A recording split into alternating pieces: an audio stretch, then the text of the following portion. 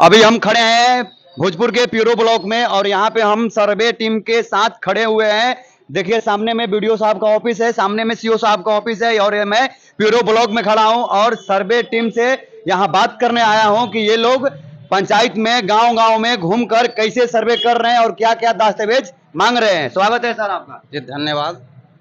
राजस्व एवं भूमि सुधार विभाग से स्पेशल सर्वे अमीन चंदन कुमार राय, पीरो ब्लॉक में पदस्थ। एक बात बताइए सर कि आप जब सर्वे करने गांव में जा रहे हैं तो आप कौन-कौन सा दस्तावेज और कौन-कौन सा कागज लोगों से मांग रहे हैं? जमीन से रिलेटेड जितना भी दस्तावेज है, जैसे कि खतियान हो गया, केवाला हो गया, भूदान हो गया, पर्चा हो गया, सीओ साहब भी अलॉट करते हैं। तो जितने भी तरह का जमीन का साक्ष्य प्रमाण उनके पास है, उस सारा प्रमाण को देंगे। उनके साथ में आप रसीद को लगा कर के देंगे।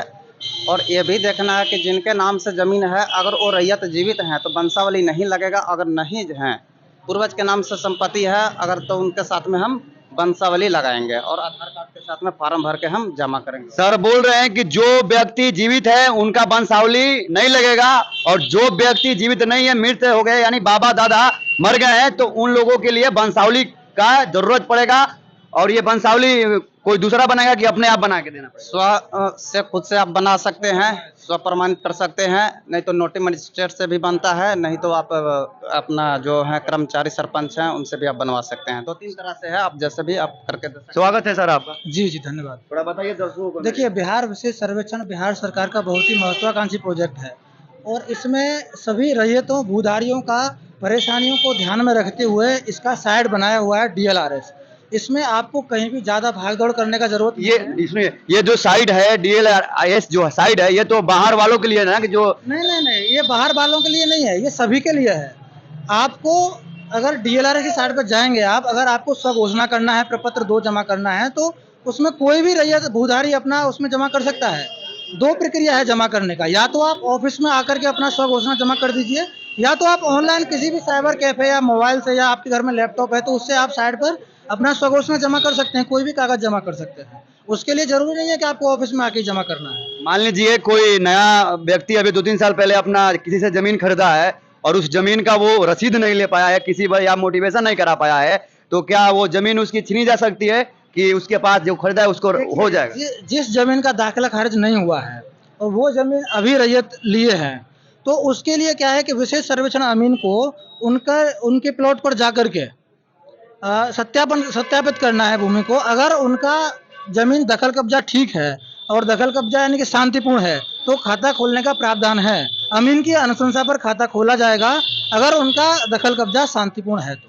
और जो लोग बिहार छोड़ के जाके बाहर बस गए, बाहर रह रहे हैं, उन लोगों के लिए क्या सिस्टम है कि वो लोग वहां से ही सर्वे का काम अपना पूरा कर? जी, वो लोग वहाँ से ही अपना स्वघोषणा भी जमा कर सकते हैं। अगर पेपर बनने के बाद में कुछ दिक्कत है, तो वहाँ से वो दावा आपत्ति भी अपना ऑनलाइन कर सकते हैं।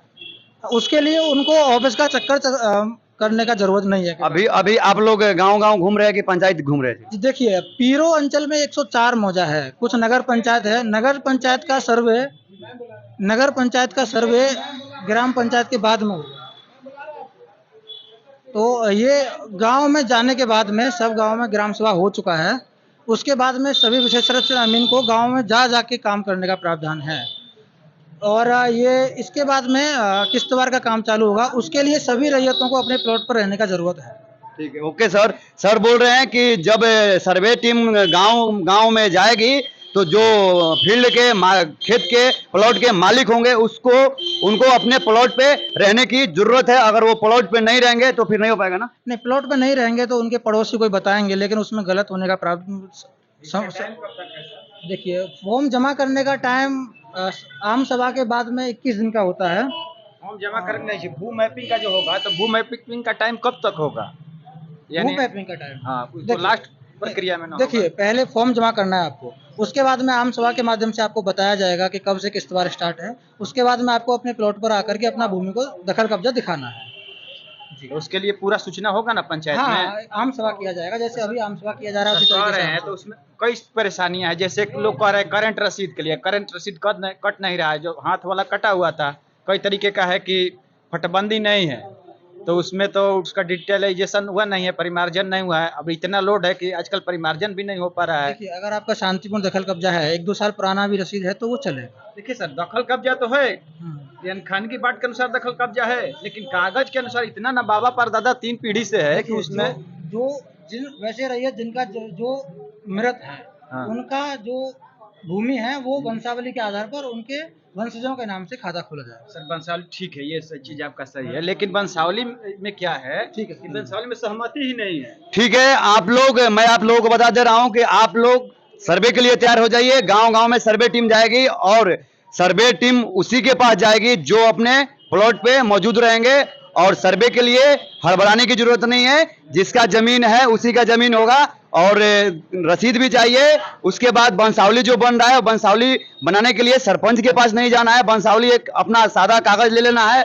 और उस पर अपना वंशावली तैयार कर लेना है, और वंशावली तैयार करके डायरेक्ट ऑफिस में, यहाँ सर्वे जो ऑफिस है यहाँ पे आ जाना है। जय हिंद। पाटलिपुत्र से वीरू उपाध्याय।